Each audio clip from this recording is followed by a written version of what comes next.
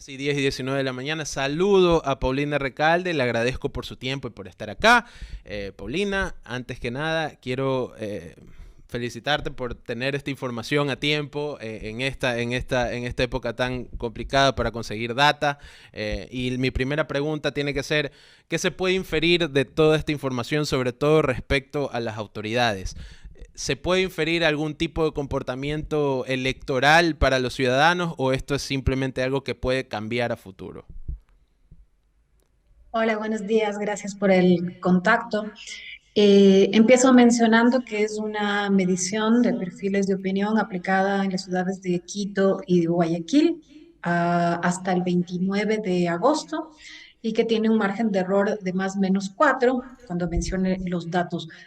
A ver, yo creo que la principal línea que tenemos de esta investigación es dejar sentado que el pesimismo se agudizó en el país.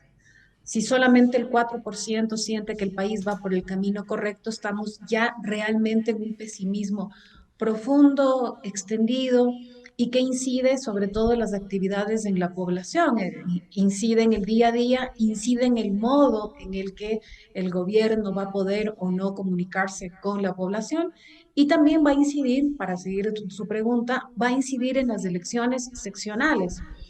Y va a decidir porque no solamente sucede que hay este 4% que siente que el país va por el camino correcto, sino que además tenemos cifras de desánimo en las ciudades, porque pensemos que sobre todo el fenómeno de inseguridad que está viviendo el país se siente en este espacio, se siente en el espacio de la ciudad. Con este doble desánimo, entonces, es las elecciones que van a venir en febrero van a ser probablemente las más complejas que haya vivido el país en crisis, en doble crisis, crisis nacional y crisis local. Y este pesimismo que mencionas puede convertirse en algún momento en ausentismo electoral, tomando en cuenta que la gente está cada vez más desencantada con la clase política, que muchos deciden otra vez algo que ya había dejado de pasar, es que mucha gente se llama a política o prefiere no opinar al respecto. ¿Crees que este pesimismo se pueda transformar en que la gente decida no ir a votar? Yo creo que podemos leer el fenómeno desde dos puntos de vista. Evidentemente, sí hay un vacío de representación, una crisis de representación que tiene que ver con esta desconexión con ejecutivo, con legislativo, con el estado de ánimo. Tiene que ver también con que más del 80%, el 87% dice no simpatizar con ninguna organización política. Esto no significa que no necesariamente vaya a votar por candidatos, pero parte de un distanciamiento con la clase política, con la representación política. Pero aparte de eso, creo que es importante citar que en términos de inseguridad, y esto ya lo han vivido otros países, en términos de inseguridad, si la población en este momento, por ejemplo, se está inhibiendo de hacer sus actividades cotidianas para pensar lo que sucede en ciudades como Esmeraldas, o lo que sucede en barrios como Sociovivienda o lo que está Ujú. pasando en Calceta. Si la En población calceta, se sí. inhibe de salir a hacer sus actividades cotidianas, es posible también que haya un temor o que se inhiba de participar de acuerdo a las condiciones en las que esté la ciudad en ese momento para las elecciones, en las condiciones en las que estén los recintos electorales.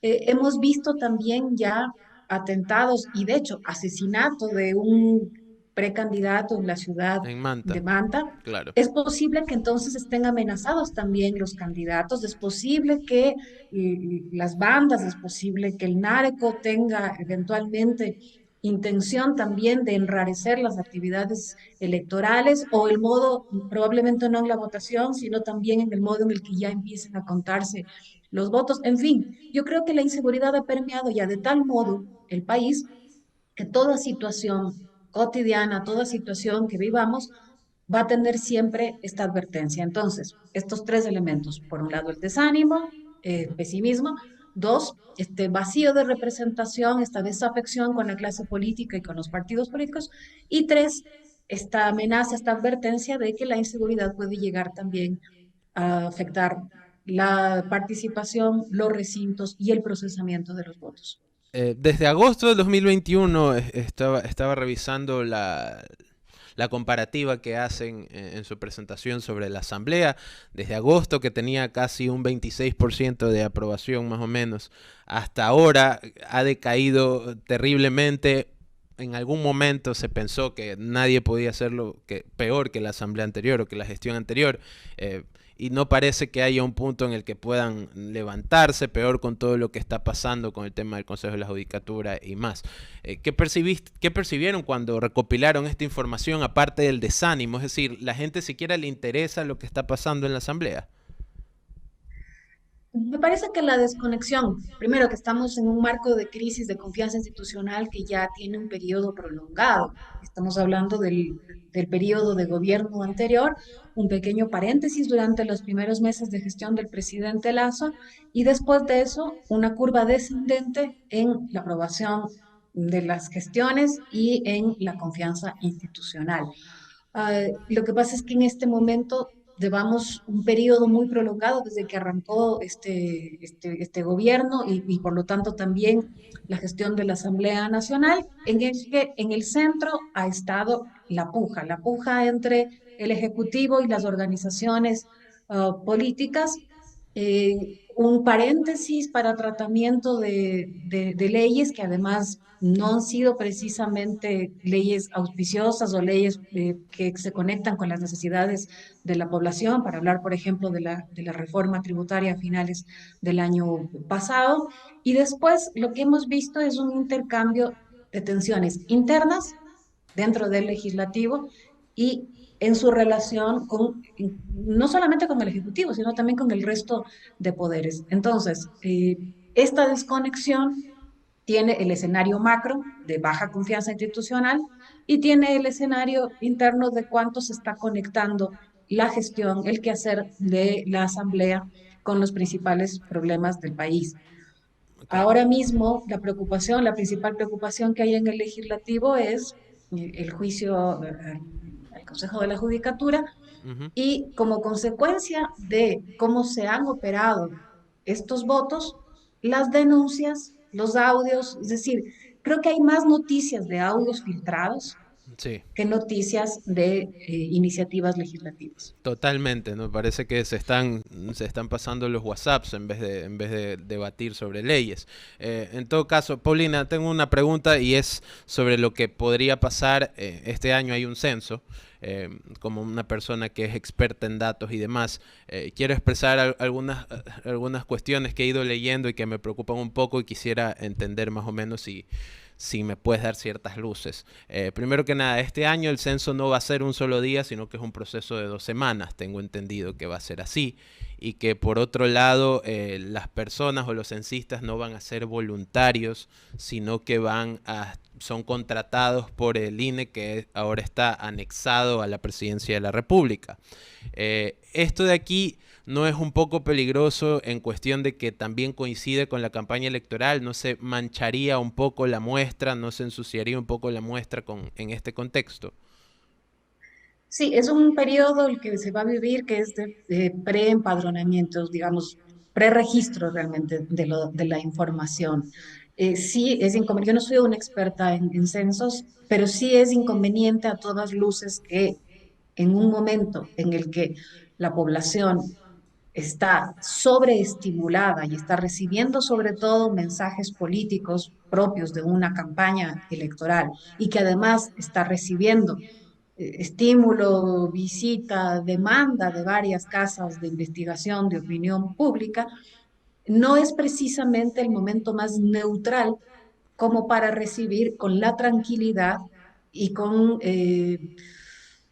voy a decir, la paz que Ujú, se claro. requiere para hacer un levantamiento de esta naturaleza. Yo entiendo que estamos retrasados, que hay una urgencia por tener información, pero lo óptimo es hacerlo en condiciones en las que haya un terreno lo más neutral posible.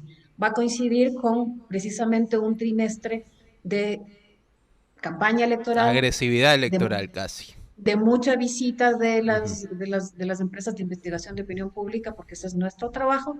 ujú. Y para completar el panorama, va a coincidir con el Mundial, que Claro, no es precisamente un momento tranquilo porque claro, estamos. hay euforia y emoción violenta, ¿no? En esos días, para bien o para mal. Sí, o sea, quería consultarlo porque creo que como que se está hablando recién del tema. Hace 2 semanas vi una entrevista en la que alguien mencionaba sus preocupaciones. Vi que en Argentina están pasando por una situación similar, pero ellos en cambio tienen otro debate sobre el uso de la cédula, en fin. En todo caso, en este contexto, con toda la información que nos ha dado Perfiles de Opinión, que me parece oportuna, ¿qué crees que el gobierno deba hacer o cómo puede conectar con la ciudadanía para levantar esta mala aprobación o esta mala percepción?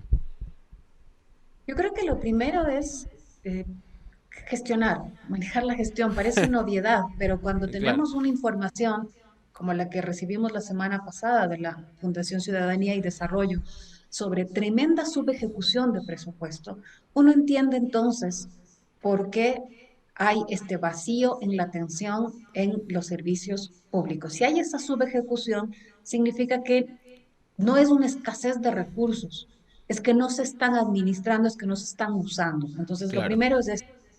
Lo segundo, que tiene que ver con el modo en el que otra vez gestiona la política.